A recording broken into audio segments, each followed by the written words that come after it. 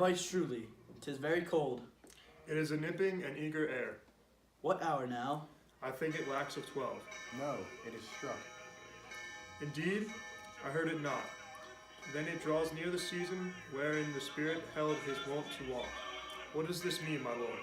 The king doth wake to-night and takes his rouse, keeps with sail and the swaggering upspring, reels, and as he drains his draughts of Rhenish, down the kettle drum and trumpet thus bray out the triumph of his pledge. Is it a custom? A merriest, but to my mind thou I am native here, and to the manner born it is a custom. More honored in the breach than the observance, this heavy-headed revel east and west makes us trust and tax of other nations. They clep us drunkards, and with Swinish phrase soil our addition, and indeed it takes from our achievements through performed at height the pitch and the marrow of our attribute.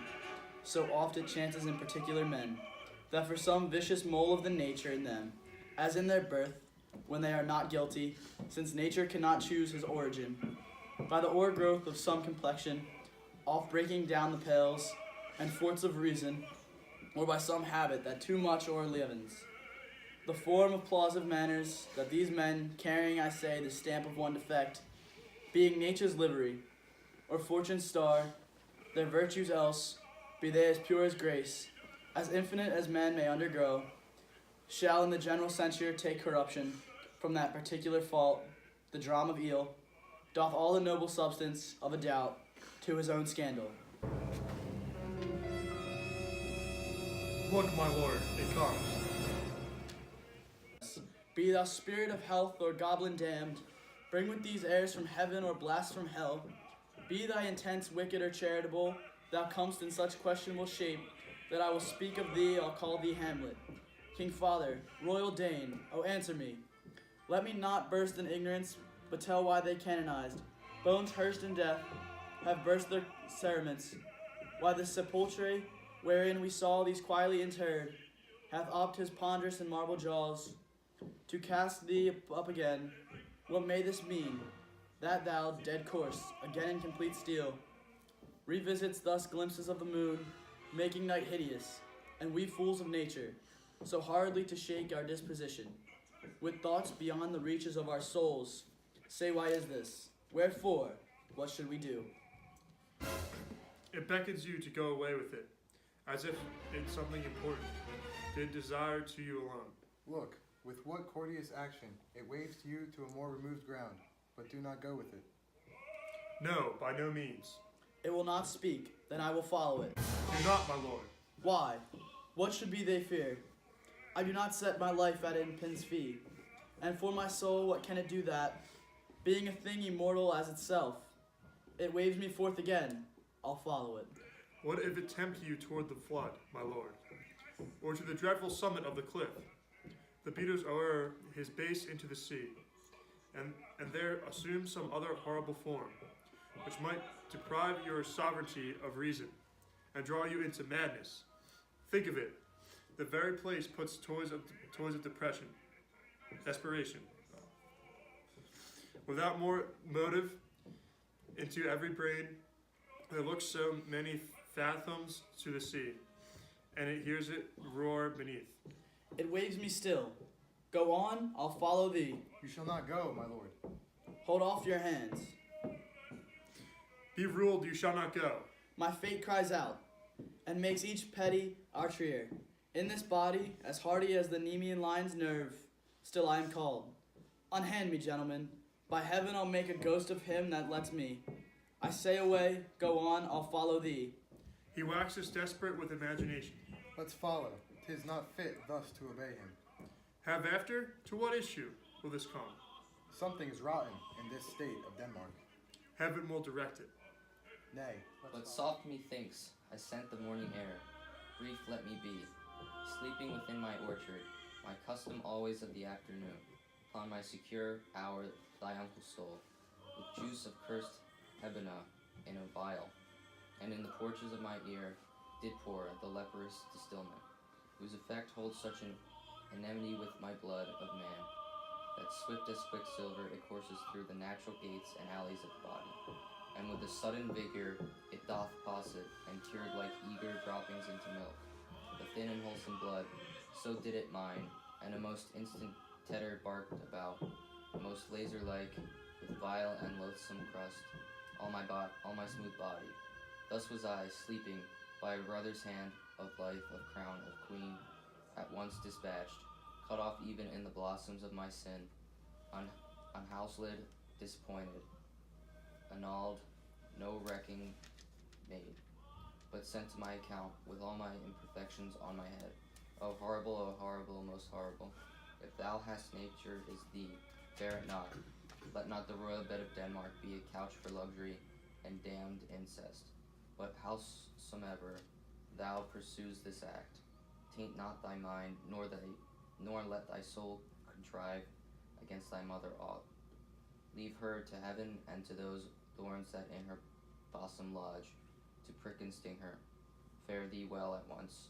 The glowworm shows the matin to be near, and against to pale is uneffectual fire.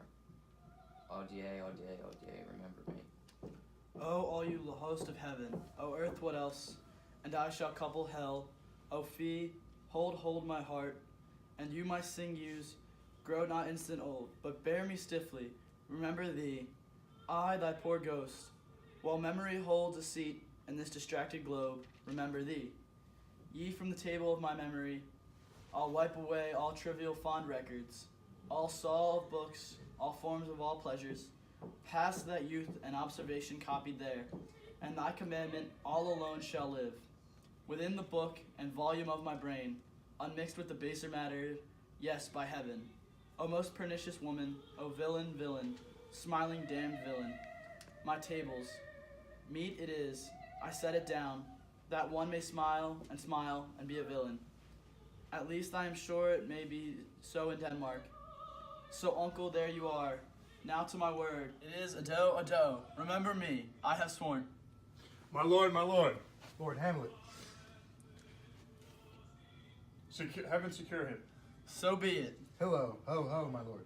Hillo, ho, ho, boy, come, bird, come. How's it, my noble lord? What news, my lord? Oh, wonderful. Good, my lord, tell it. No, you will reveal it. Not I, my lord, by heaven. Nor I, my lord. How may you?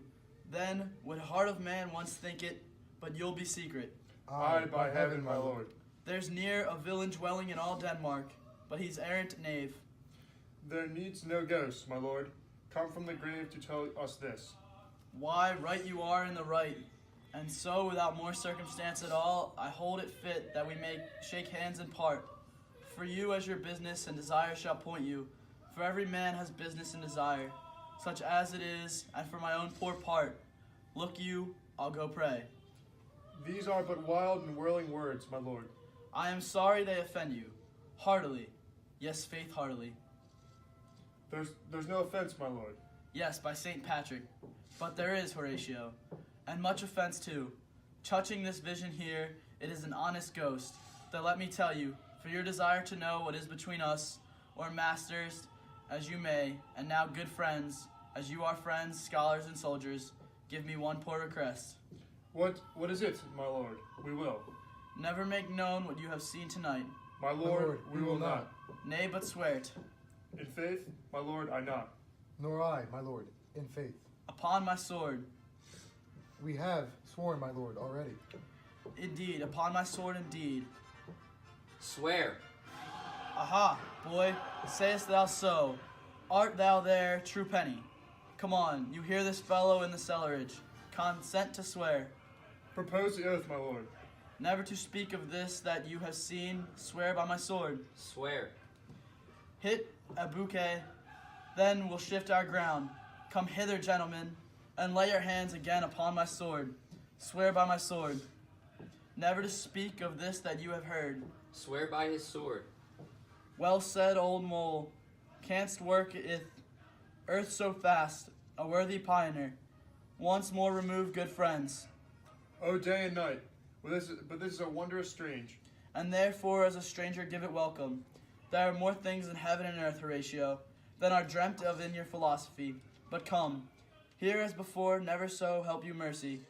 How strange or odd soe'er I bear myself, as I perchance hereafter shall think meet, to put an antic disposition on, that you at such times seeing me never shall with arms encumbered thus, or this head shake, or by pronouncing some doubtful phrase, as well we know, or we could, and if we would, or if we list to speak, or there be, and if they might, or such ambiguous giving out to note, that you know aught of me, this not do you. So grace and mercy at your most need help you. Swear. Swear. Rest, perturbed spirit. So gentlemen, with all my love, I do commend me to you, and what so poor a man as Hamlet is, may do to express his love and friendling. To you, God willing, shall not lack. Let us go in together, and still your fingers on your lips, I pray. The time is out of joint, O cursed spite, that ever I was born to set it right. Nay, come, let's go together. Scene.